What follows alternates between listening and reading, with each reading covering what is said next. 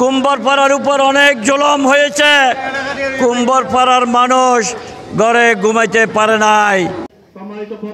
বিএনপির ভারপ্রাপ্ত চেয়ারম্যান তারেক রহমান কর্তৃক ঘোষিত ৩১ দফা জনগণের দোরগোড়ায় পৌঁছে দিতে ধারাবাহিক কর্মসূচির অংশ হিসাবে নাজিরহাট পৌরসভার ৪ নং ওয়ার্ডের কুম্বরপাড়া এলাকায় এক উঠান বৈঠক অনুষ্ঠিত হয়েছে। ২০ অক্টোবর রাতে আয়োজিত এই উঠান বৈঠকে প্রধান অতিথি ছিলেন চট্টগ্রাম উত্তর জেলা বিএনপির সাবেক যুগ্ম আহ্বায়ক সরোয়ার আলমগীর। আমি বলবো, কুম্বরপাড়ার উপর অনেক জুলুম হয়েছে। কুম্বরপাড়ার মানুষ ঘরে ঘুমাইতে পারে নাই। কুম্বরপাড়ার মানুষ গত ১৮ বছর এমন কোনো পরিবার নাই যে পরিবারের উপর কোনো না কোনো মামলা বয়ে যায় নাই। কুম্বরপাড়ার মানুষ অনেকে বিদেশ চলে গিয়েছিল। কুম্বরপাড়া এমন একটি এলাকা, যে এলাকা হালদা নদীর পাড়ের মধ্যে তাদের বসবাস, বছরে ৪ বার বন্যায় তাদেরকে নিয়ে যায়। এমন একটি নিপীড়িত এলাকার মানুষের উপর যে অত্যাচার, যে নির্যাতন, ইনশাআল্লাহ আমাদের নেতা, বাংলাদেশের নেতা তারেক রহমানকে আপনারা আমরা ভোট দিয়ে বাংলাদেশের প্রধানমন্ত্রী যখন নির্বাচিত করব, তখন আমাদের প্রথম কাজ হবে এই কুম্বরপাড়ার উন্নয়ন, নদী ভাঙ্গন।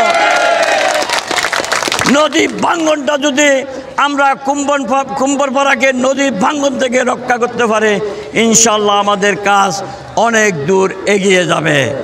এইখানে আমাদের হিন্দু বাড়ি আছে, নাথপাড়া না, নাথপাড়া আছে, ওইখানে প্রায় ২০০-২৫০ পরিবার আছে। তারা ধরতে গেলে হালদা নদীর ভিতর ঢুকে গিয়েছে। আমরা ইনশাল্লাহ এই নাথপাড়ার বেড়িবাঁধের জন্য আমরা আল্লাহ রহমতে কাজ করব। নাহিদ ইসলাম বলেছেন, বাংলাদেশের জামাত ইসলাম যে আন্দোলন পিয়ারের নাম দিয়ে করতেছে, বাংলাদেশের একটি গণতান্ত্রিক রাষ্ট্র যে একটি নির্বাচন, এই নির্বাচনকে বানচাল করার ষড়যন্ত্র হিসেবে পিয়ার নিয়ে আন্দোলন করতেছে। এই আন্দোলনের মাঝে বাংলাদেশের মানুষের কোনো সম্পর্ক নাই। সত্য কিন্তু বাহির হয়ে আসতেছে। আমি তার কথা সূত্র ধরে বলি, ১৭ বছর হিন্দুস্তানের তাবেদার সরকার শেখ হাসিনা বাংলাদেশ থেকে যেভাবে জনবিচ্ছিন্ন হয়ে দিল্লি পালিয়ে গিয়েছে, একইভাবে এই রাজনৈতিক দলটি বাংলাদেশের মানুষ থেকে জনবিচ্ছিন্ন হয়ে যাবে ইনশাআল্লাহ। বাংলাদেশের মানুষকে নিয়ে আর সিনেমিনি খেলতে পারবে না।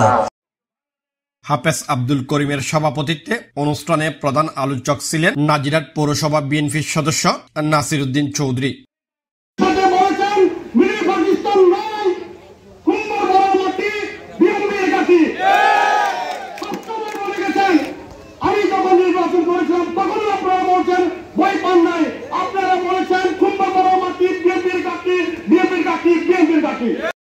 এতে বিশেষ অতিথি ছিলেন বিএনপি নেতা মোবারক হোসেন কাঞ্চন, আহমেদ হোসেন তালুকদার, মুক্তিযোদ্ধা মাহবুবুল আলম, বাবু মিহির চক্রবর্তী, নাজিম উদ্দিন শাহিন, নুরুল ইসলাম মেম্বার, জাহাঙ্গীর আলম চৌধুরী, আবুল কালাম চৌধুরী, আবু আজম তালুকদার, মনসুর আলম চৌধুরী, মোজাফফর আনসারী ও মোশরাফুল আনোয়ার মশু।